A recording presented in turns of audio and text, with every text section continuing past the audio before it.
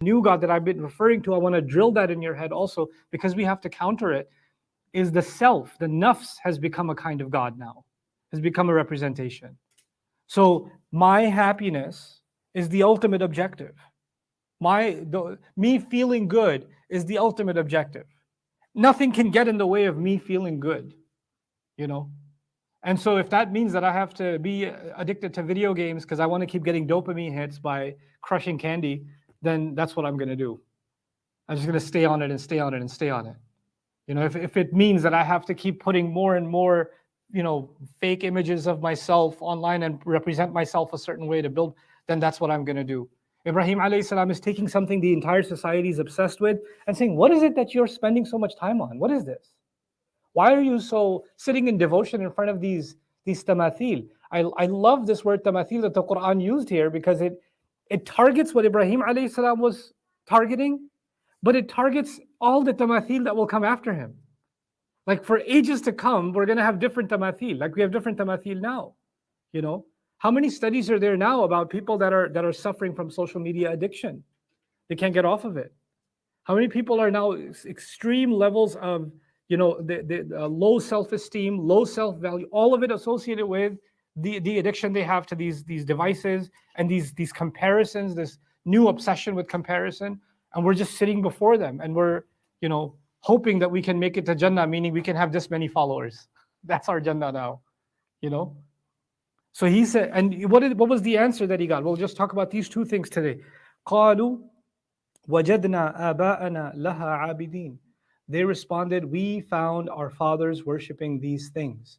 I told you, when we study Quran, we have to understand the history that it's coming from, and then we have to compare it to the reality we're living in. And only then do you understand what is the Quran actually telling us in a timeless way. To understand this, it'll take 5 minutes. Back in the day, when people used to spend the last 2 days before they leave Hajj, right? When the last couple of days before we leave Hajj, وَاذْكُرُوا اللَّهَ فِي أَيَّامٍ مَعْدُودَاتٍ. Remember Allah in the few days, that at the very tail end of Hajj, right?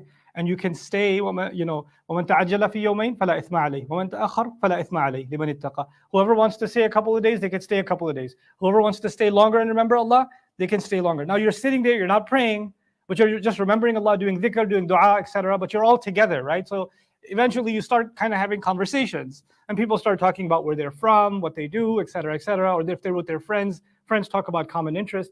Allah says, in those days, He says, فَاذْكُرُوا اللَّهَ كَذِكْرِكُمْ آبَاءَكُمْ أَوْ أَشَدَّ ذِكْرًا. Please pay attention to this point. He says, remember Allah the way you used to remember, the way you remember your fathers, or even with more intensity. Remember Allah the way you remember who? Your fathers. Now, back in the day, for the tribe, remembering your father and what your grandfather did on the battlefield, or I come from this tribe, my father did this, and my uncle did that, and this was the thing to talk about. This is what they were big on. But now, we're oblivious to our fathers. We're oblivious. This is not the culture anymore. This was the culture back then. Your pride was associated with your father and his father and his father, and in tribal societies, that makes a lot of sense. So if you visit a traditional tribal family in any part of the world, Muslim or not, you're going to see people taking pride in their father and grandfather, and so on. And now in the modern world, you ask an average child, tell me something about your grandpa. I see him on Eid. What else? He's old. He's pretty old. He talks funny a little bit. We don't know nothing. That's not the source of our pride. But what is it? What is it that you can have a conversation with a young man or middle-aged man that will fire them up? Or you could talk about the stock market. You want to have a conversation about cryptocurrency. You want to talk about cars. You want to talk about games, devices. You want to talk about politics. There are things that really fire people up, and they really want to have those kinds of conversations, right? So when Allah was talking to the original audience, He was talking to them about what was culturally relevant to them. But what we can learn from that is we need to extrapolate that and say, well, what is culturally relevant to us? Because it's easy for me to live by the ayah literally. I'm not going to go there and talk about my father and his father and his father and his father. So I'm good with the ayah. I'm not violating the ayah. I'm going to talk about video games instead. I'm going to talk about, you watch this YouTube video. This is really funny.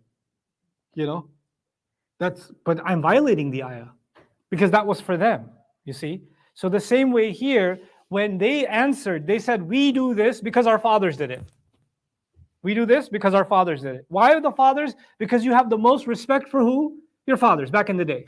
You know who you have most respect for nowadays? Celebrities, athletes, popular people.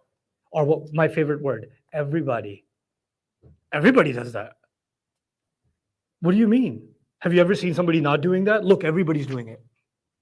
Look at all these people that are so popular and successful. They're all doing it. They've become our Aba. They're the new Aba.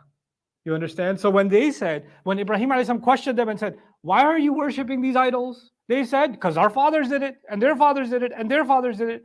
But yes, in terms of raw religion, that may be true. This was passed down.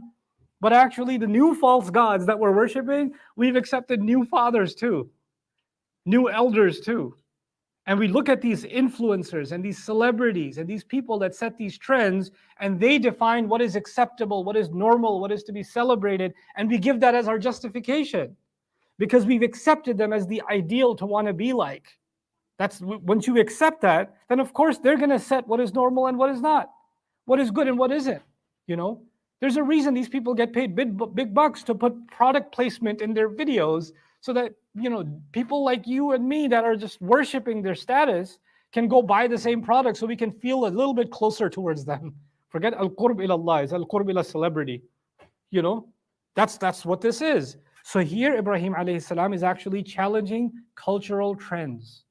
And I cannot be a genuine representative of Millat Abina Ibrahim, the religion of our father Ibrahim alayhi salam, if I don't understand what these trends are, I don't understand what these new idols are, I don't understand what the force behind these idols is, the influencers behind these idols are.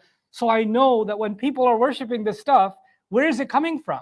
From their own mouth. وَجَدْنَا آبَاءَنَا لَهَا عَابِدِينَ. We saw our fathers worshiping this stuff. So obviously we're going to worship it, you know?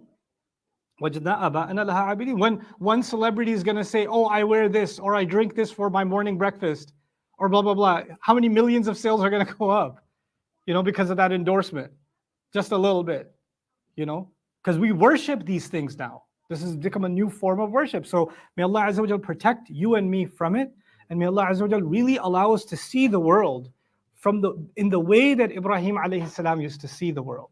That is actually what Allah Azza wa Jal wants us to develop, the eyes of Ibrahim alayhi salam, the heart and the mind of Ibrahim alayhi salam. This is why it's the religion of our father Ibrahim alayhi salam. Barakallahu li wa lakum fil Qur'an al-Hakim wa nafa'ani wa iyyakum bil ayati wa dhikr al-Hakim.